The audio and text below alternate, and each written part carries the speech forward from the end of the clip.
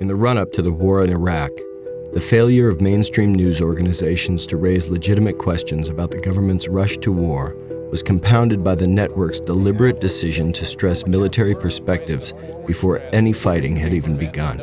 We've got generals, and if you ask them about the prospects for war with Iraq, they think it is almost certain. CNN's use of retired generals as supposedly independent experts reinforced a decidedly military mindset, even as serious questions remained about the wisdom and necessity of going to war. Often, journalists blame the government for the failure of the journalists themselves to do independent reporting.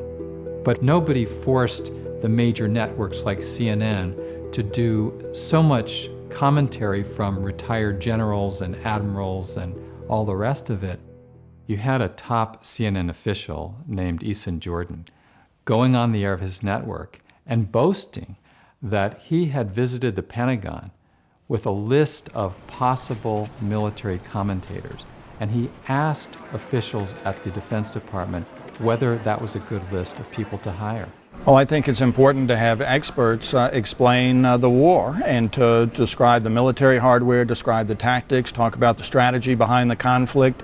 I went to the Pentagon myself several times before the war started, met with important people there and said, for instance, at CNN, here are the generals we're thinking of retaining to advise us on the air and off about the war, and we got a big thumbs up on all of them. That was important.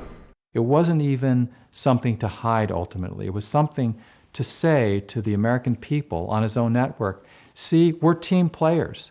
We may be the news media, but we're on the same side and the same page as the Pentagon.